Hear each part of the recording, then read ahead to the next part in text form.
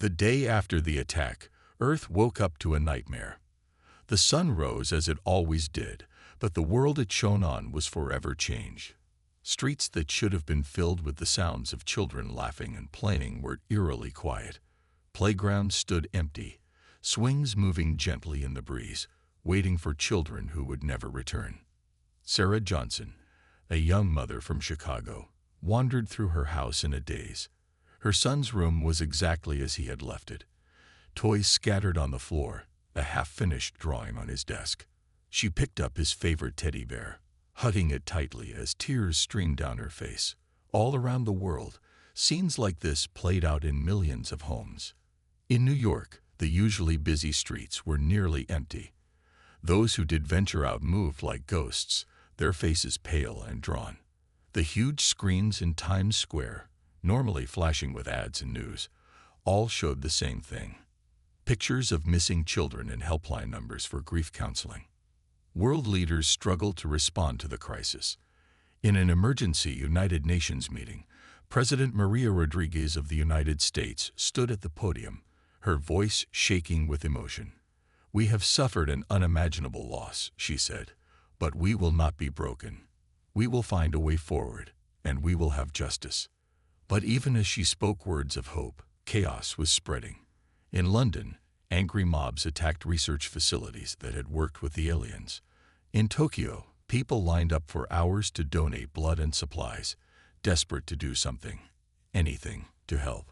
And in a secret military base in the Rocky Mountains, General Harrison was already planning for war. The media tried to make sense of what had happened. News anchors, many of them fighting back tears, reported on the global impact. "It's estimated that over 400 million children have disappeared," one reporter said, her voice cracking. "The long-term effects on our society are impossible to predict." Schools around the world closed their doors. The sight of empty classrooms was too much to bear. Instead, many were turned into crisis centers, places for grieving families to gather and support each other. In the weeks that followed, a strange quiet fell over the earth. The usual noise of human activity, cars honking, music playing, people chatting, all seemed muted. It was as if the whole planet was holding its breath, still in shock. But underneath the grief, something else was growing. In labs and workshops, scientists and engineers worked around the clock. They pored over the alien technology left behind, desperate to understand it, to find a way to fight back. Dr. Chen, who had first detected the alien signal, now led a team trying to reverse engineer the aliens' transportation technology.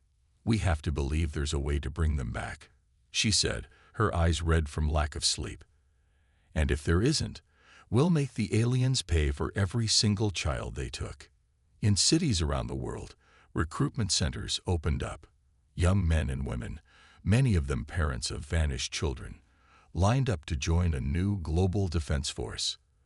They trained harder than any soldiers before them, driven by a mix of grief and rage.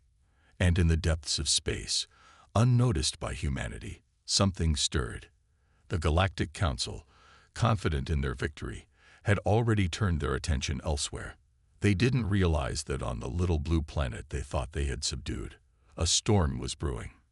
As the first month after the attack came to an end, world leaders gathered again. This time, there were no speeches about peace or cooperation. Instead, they signed the Earth Defense Pact, an agreement to pool all of humanity's resources towards one goal: vengeance. The last line of the pact, broadcast to every screen on Earth, read, "We, the people of Earth, will not rest until justice is served. The Galactic Council has sown the wind. Now let them reap the whirlwind." As night fell, millions of people stepped out of their homes. They looked up at the stars, once a source of wonder, now a reminder of their loss. But in their eyes, there was a new fire. The aliens had tried to cripple humanity. Instead, they had awakened a sleeping giant, and now, that giant was coming for them. 3 years had passed since the Galactic Council's attack on Earth. The time for gathering information was over.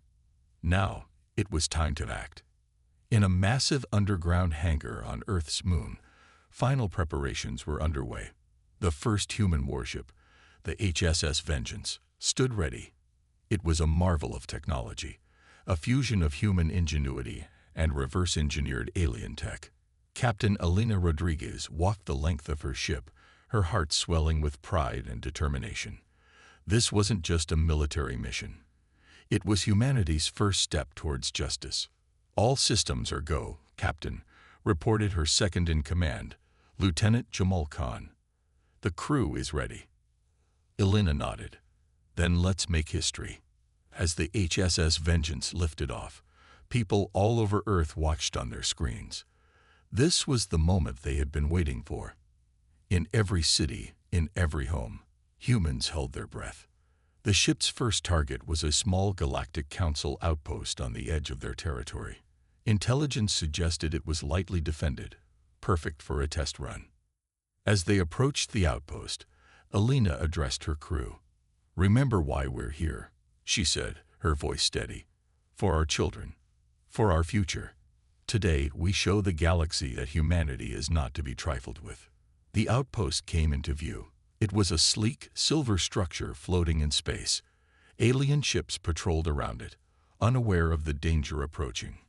"Weapons hot," Elena ordered. "Let's introduce ourselves." The HSS Vengeance decloaked, catching the alien ships completely by surprise. Before they could react, the human warship opened fire. Advanced plasma beams, far more powerful than anything the Galactic Council had seen before, tore through the alien defenses like paper. Explosions lit up the darkness of space. On the outpost, alarms blared. Alien crew members ran in panic, unable to believe what was happening. They had thought Earth was defeated, broken. They were wrong. "We're being hailed," Lieutenant Khan reported. On screen, Elena commanded. The face of an alien appeared, its features twisted in fear and confusion. "Who are you? How dare you attack a Galactic Council facility?" Elena's eyes narrowed. "We are humanity, and we're here for justice." With a gesture, she cut off the transmission. "Target their main reactor," she ordered. The HSS Vengeance fired again. This time, the entire outpost erupted in a massive explosion.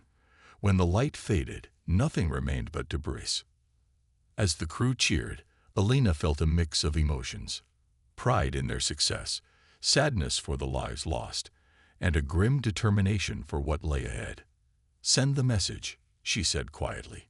Across Galactic Council space, on every communication channel, a single message played: "You took our children. Now we're coming for you." The news of the attack spread like wildfire. On Earth, people celebrated in the streets. Finally, they had struck back.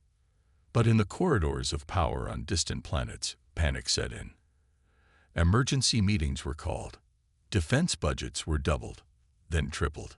On Zorgonia, Sarah Wong, still undercover, listened to the frightened whispers of her alien colleagues. How did the humans do this? They asked each other.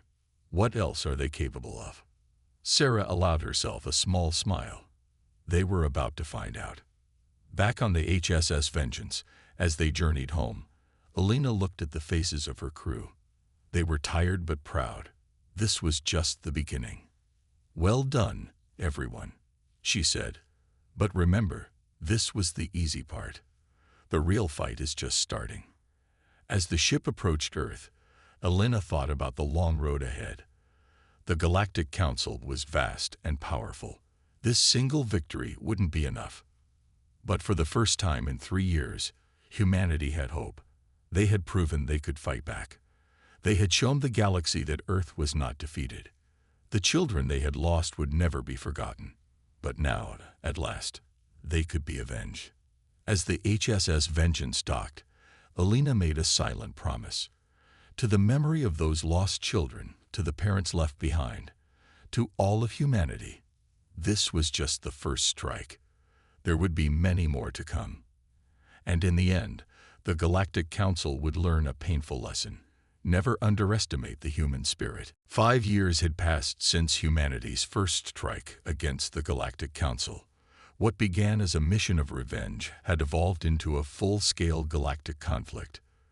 The war that everyone thought would be over quickly had become a long, grueling battle across the stars. Admiral Elena Rodriguez, now commander of Earth's growing space fleet, stood on the bridge of her flagship, the HSS Avenger. She looked out at the vast starfield before her, each point of light potentially hiding an enemy or an ally. "Status report," she commanded. Her AI assistant, ARA, Advanced Responsive Intelligence Assistant, responded immediately. "Human forces have secured 17 star systems. Admiral, Galactic Council defenses are crumbling in sectors 7 through 12. However, we're facing heavy resistance in the Orion Arm." Elena nodded grimly. The war had been costly, but humanity was making progress. Their unconventional tactics and rapidly advancing technology had caught the Galactic Council off guard. On the planet Zorgonia, now a key battleground, Sarah Wong led a group of human-alien hybrid soldiers. Her years undercover had made her the perfect liaison between Earth forces and their growing number of alien allies. "Remember," she told her troops as they prepared for another assault, "we're not just fighting for Earth anymore. We're fighting for every species that's been oppressed by the Council." Across the galaxy, the war raged on multiple fronts. In the space lanes, human ships engaged in lightning-fast raids, striking Council supply lines and disappearing before reinforcements could arrive. On planetary surfaces, battles were fought with a mix of advanced weaponry and old-fashioned human determination. Back on Earth, Dr. Emily Sedo worked tirelessly in her lab. The war effort demanded constant innovation. "We've cracked their shield frequency," she announced to her team. "Our new plasma cannons should cut through their defenses like butter." But the war wasn't just about military might. It was also a battle of information and diplomacy. Jamal Khan, now Earth's chief diplomat, negotiated tirelessly with other species. "The Council lied to you about us," he would say. "They said we were a threat. But look at who started this war. Look at who killed innocent children." His words found receptive ears. More and more alien species began to question the Council's actions. Some even secretly supported Earth, providing intelligence and resources. The Galactic Council, once seemingly invincible, found itself in disarray. Emergency sessions were called daily as they struggled to counter the human threat. "How is this possible?" demanded the Zorgan representative. "They were primitives just a few years ago."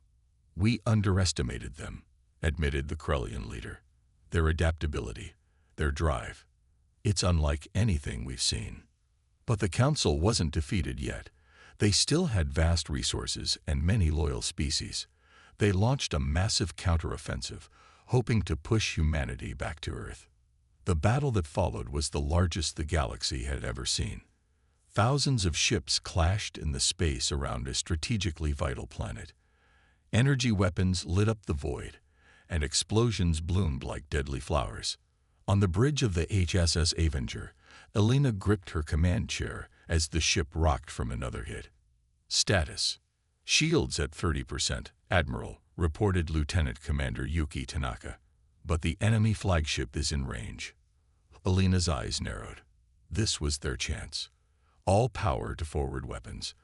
Target their command center. Fire. The Avenger's main cannon fired, a beam of pure energy that cut through space.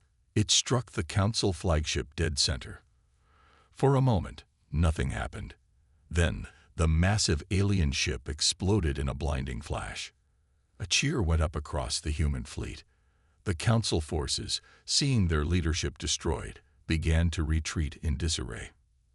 As the dust settled, Elena allowed herself a small smile. It was a significant victory, but she knew the war was far from over. The Council would regroup, and the fighting would continue. But something had changed. For the first time, the galaxy saw that the Galactic Council could be defeated. Hope spread among oppressed species everywhere. As Elena looked out at the star-filled sky, she thought about how far humanity had come. From a species mourning its lost children to a force that shook the foundations of a galactic power. The war would go on, but now, more than ever, Alina believed they would win, not just for the children they lost, but for a better future for all species in the galaxy. "Aria," she said, "set a course for Earth. It's time to plan our next move." As the Avenger turned towards home, Alina knew that the greatest challenges still lay ahead. But humanity was ready. They had come too far to turn back now. 2 years had passed since the devastating attack on Earth's children. Humanity had made incredible progress, but they knew they needed more than just technology to defeat the Galactic Council. They needed information. In a hidden base on Mars, a group of specially trained agents prepared for the most dangerous mission in human history. These weren't just soldiers or spies. They were chameleons, altered by advanced genetic engineering to look and act like various alien species. Captain Sarah Wong stood before a mirror, hardly recognizing herself. Her once human features had been replaced by the blue skin and large eyes of a Zorgon, one of the Council's member species. "It's showtime," she muttered, her voice sounding strange even to her own ears. Nearby, Dr. Alex Petrova made final adjustments to a tiny device. "Remembered," she said, "this translator will help you understand their languages, but be careful. One wrong word could blow your cover." The plan was as simple as it was dangerous. These human agents would infiltrate different alien societies, gathering crucial intelligence about the Council's defenses, political structure, and weaknesses. As the first group of agents boarded their ship, General Martinez gave them a final briefing. "You're not just fighting for Earth," he said, his voice grave. "You're fighting for every child we lost. Don't forget that." The journey was long and tense. As they approached Galactic Council space, the agents split up, each heading to a different planet. Sarah found herself on Zorgonia, the homeworld of the species she was impersonating. At first, every moment was terrifying. Sarah's heart raced as she passed through customs, certain she would be discovered. But her cover held. Soon, she was walking the streets of an alien city, surrounded by beings she had only seen in briefings. Months passed. The human agents slowly integrated into their new societies. They took jobs, made friends, and all the while, they listened and learned. On the planet Krell, Agent Mike Chen, disguised as a reptilian Krellian, worked as a janitor in a military base. Every night, as he cleaned, he carefully noted troop movements and weapon capabilities. In the bustling markets of Xandar Prime, Agent Fatima Hassan, looking like a four-armed Xandarian, traded gossip along with goods. She pieced together the complex political alliances that held the Council together, and the cracks that were starting to show. Back on Zorgonia, Sarah had managed to secure a position as an aide to a mid-level bureaucrat. One day, as she filed reports, she overheard something that made her blood run cold. "The humans?" Her boss laughed. "Talking to a colleague. They're probably still crying over those brats we removed. Best decision the Council ever made." Sarah's hand shook with rage, but she forced herself to stay calm. This was why she was here. This was what they needed to know. Not all the agents were so lucky. On the icy world of Frost Prime, Agent John Smith's cover was blown. He managed to send one last transmission before he was captured. "The Frost Giants," he gasped. "They're building something big. Some kind of super weapon. You have to." The transmission cut off.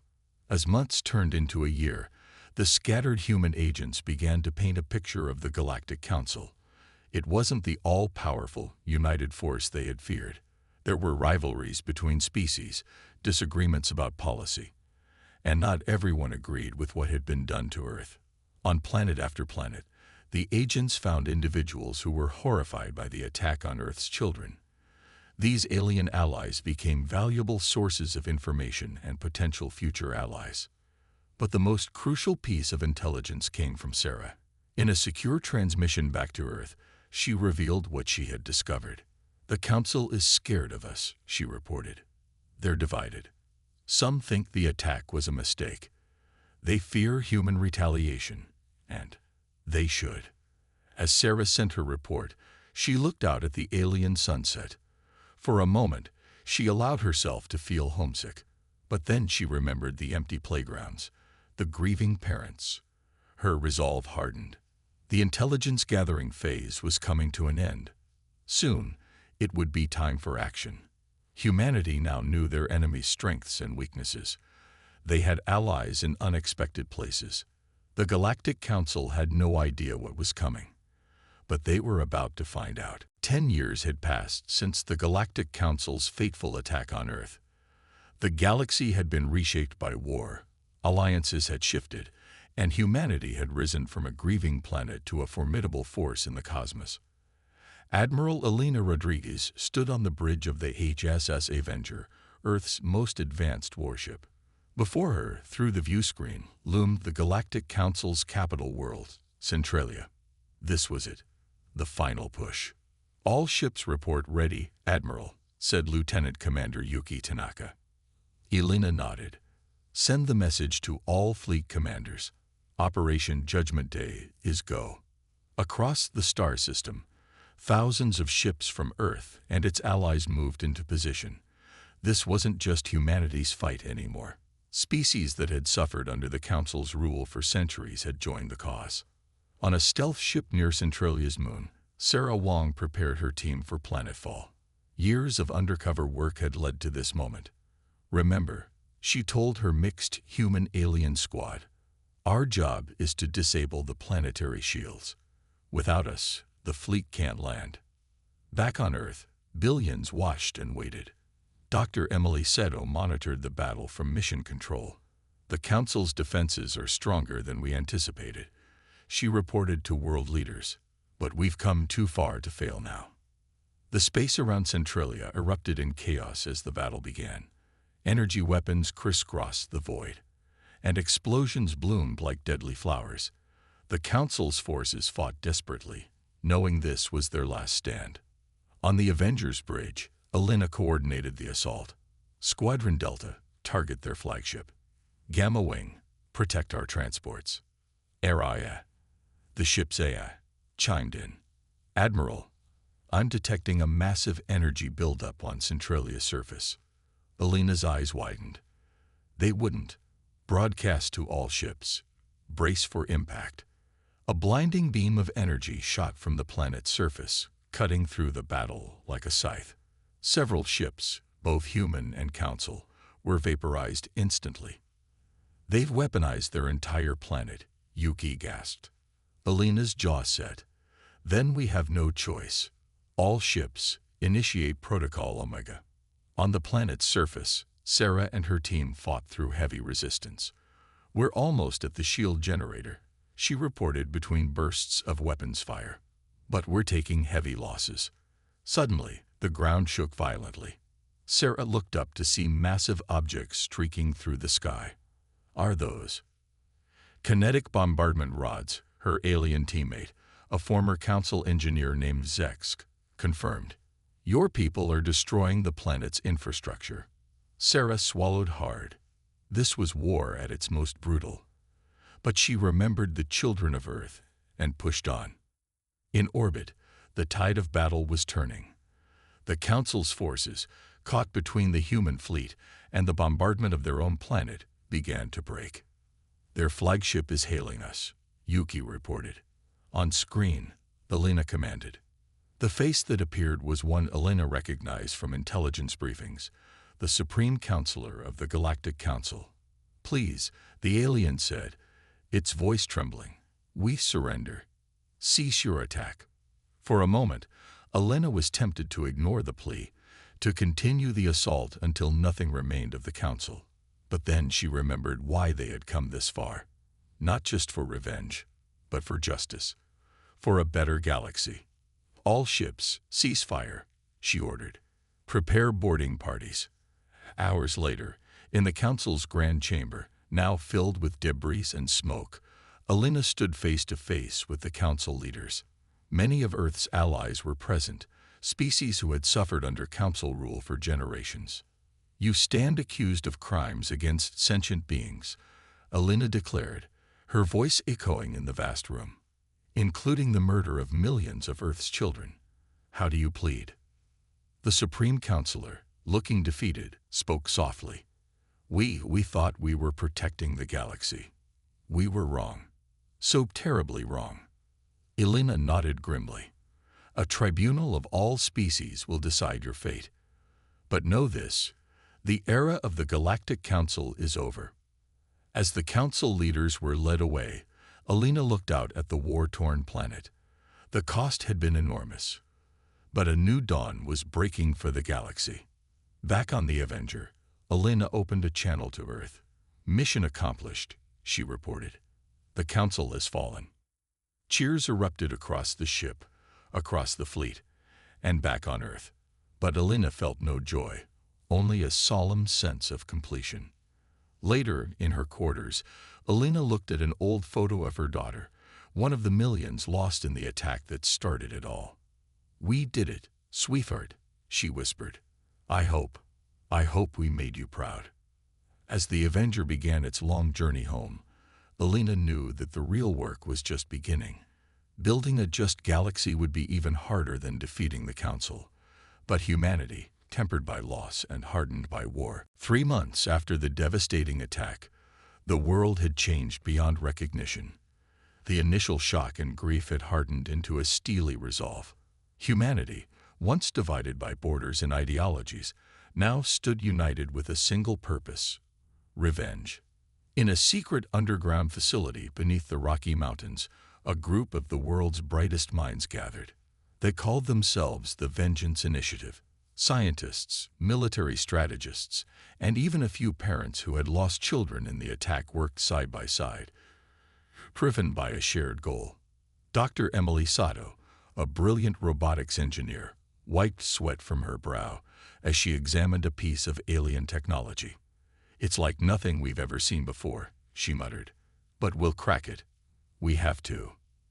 Nearby, Colonel Jake Martinez, a hardened veteran, pored over star charts. "We don't just need to catch up," he said, his voice grim. "We need to surpass them.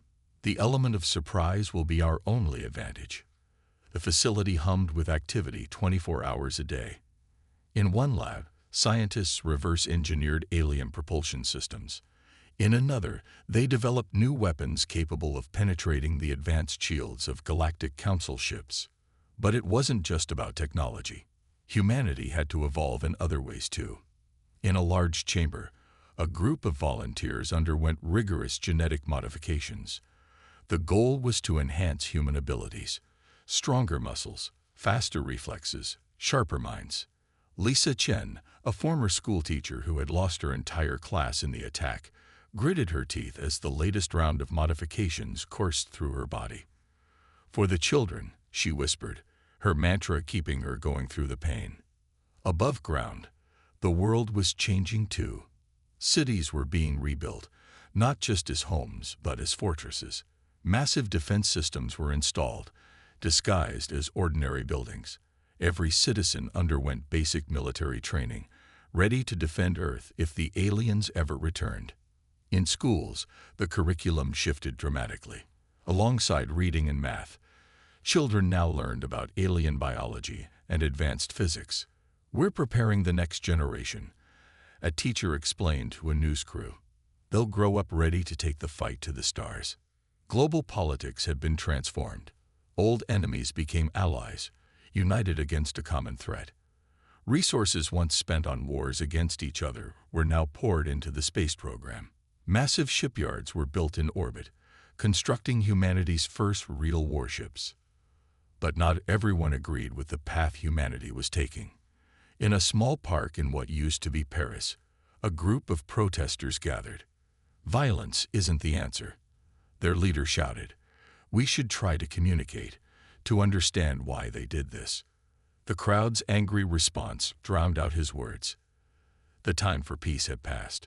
Humanity had tried that path, and it had cost them their children. As the first-year anniversary of the attack approached, President Rodriguez addressed the world again. This time, her voice was strong, filled with determination. "1 year ago, we suffered an unimaginable loss," she said. "Today, I promise you this: We will take back what was taken from us. We will find a way to bring our children home. And we will make sure the Galactic Council regrets the day they ever heard of Earth. Her words were met with a roar of approval that seemed to shake the planet. In homes and factories, in labs and training grounds, humans redoubled their efforts. The pain of loss was still there, a constant ache in their hearts, but now it fueled them, driving them to achievements they never thought possible. In the depths of space, unaware of the storm brewing on the little blue planet, the Galactic Council continued about its business. They had written off Earth as a problem solved, a potential threat neutralized. They couldn't have been more wrong. As the sun set on that first anniversary, Dr. Sato made a breakthrough. She burst into the command center, her eyes wild with excitement. "We've done it," she shouted. "We can track their ships now. We know where they are." A hush fell over the room. Then, slowly, Colonel Martinez smiled. It wasn't a pleasant smile. It was the smile of a predator that had just spotted its prey. "Well then," he said softly, "I think it's time we paid the Galactic Council a little visit. Let's show them what happens when you mess with humanity's children." The human response was ready. The hunt was about to begin. The year was 2150, and Earth was buzzing with excitement. After centuries of wondering, humanity finally got its answer. They were not alone in the universe. The day started like any other, but it would go down in history as the moment everything changed. Dr. Sarah Chen, a top scientist at the Global Space Agency, was the first to notice the strange signals. Her eyes widened as she stared at her computer screen. "This can't be right," she muttered, adjusting her glasses. But there was no mistake. The patterns were clear. Someone, or something, was trying to talk to Earth. Within hours, the news spread like wildfire. People around the world huddled around their TVs and phones, waiting for more information. World leaders called emergency meetings. The military went on high alert. Everyone held their breath, unsure if they should feel excited or scared. Then, it happened. A massive ship appeared in the sky, hovering silently over New York City. It was unlike anything humans had ever seen, sleek, shimmering, and impossibly big. From its belly, a beam of light shot down to the ground, and strange creatures stepped out. They called themselves the Galactic Council. They were a group of different alien species who worked together to run the galaxy. At first, humans were amazed. The aliens shared incredible technology and knowledge. They talked about peace and friendship. For a few days, it seemed like the start of a wonderful new chapter for humanity. But not everyone was happy. Some people, like General Mike Harrison, didn't trust the aliens. "They're too perfect," he warned the president. "What do they really want from us?" His words were ignored. The world was too excited about its new friends. Little did they know, General Harrison was right to be worried. Behind their friendly faces, the Galactic Council was scared. They had been watching Earth for a long time. They saw how quickly humans learned and grew, how they never gave up, even when things were hard. The Council was afraid that one day, humans might become stronger than them. So they made a terrible plan. They decided to hurt humanity in a way that would take generations to recover from. They would kill Earth's children. On a quiet Sunday morning, it began. All around the world, at the same time, millions of kids under 12 years old simply disappeared. One second they were there, playing in parks or sleeping in their beds. The next second, they were gone. At first, people were confused. Parents called the police. Teachers searched their classrooms. But soon, the horrible truth became clear. This wasn't a mistake or a trick. It was an attack. The world erupted in chaos. Angry mobs surrounded the alien ships, demanding answers. But the Galactic Council was already leaving. Their massive ships rose into the sky, ignoring the cries and screams below. As they left, they sent one last message. "We are sorry, but this was necessary. Your species is too dangerous to be allowed to grow unchecked. This is for the greater good of the galaxy." The aliens thought their action would break humanity's spirit. They thought humans would give up and accept their place as a weak, controlled species. They were wrong. As night fell on that terrible day, something changed in the human race. The sadness and shock turned into something else, something hard and cold and angry. In living rooms and government offices, in farms and factories, people made a promise. They would not forget. They would not forgive. And one day, no matter how long it took, they would make the Galactic Council pay for what they had done. The stars had always called to humanity. Now they became a target. The human race looked up at the sky with new eyes. Eyes full of pain, determination, and a thirst for revenge. The aliens thought they had ended humanity's future. Instead, they had just started a war that would change the galaxy forever. Was ready for the challenge. The stars outside seemed brighter somehow. A new era had begun, born from tragedy but full of hope. And humanity, once a small, grieving race on a distant blue planet, would help shape it.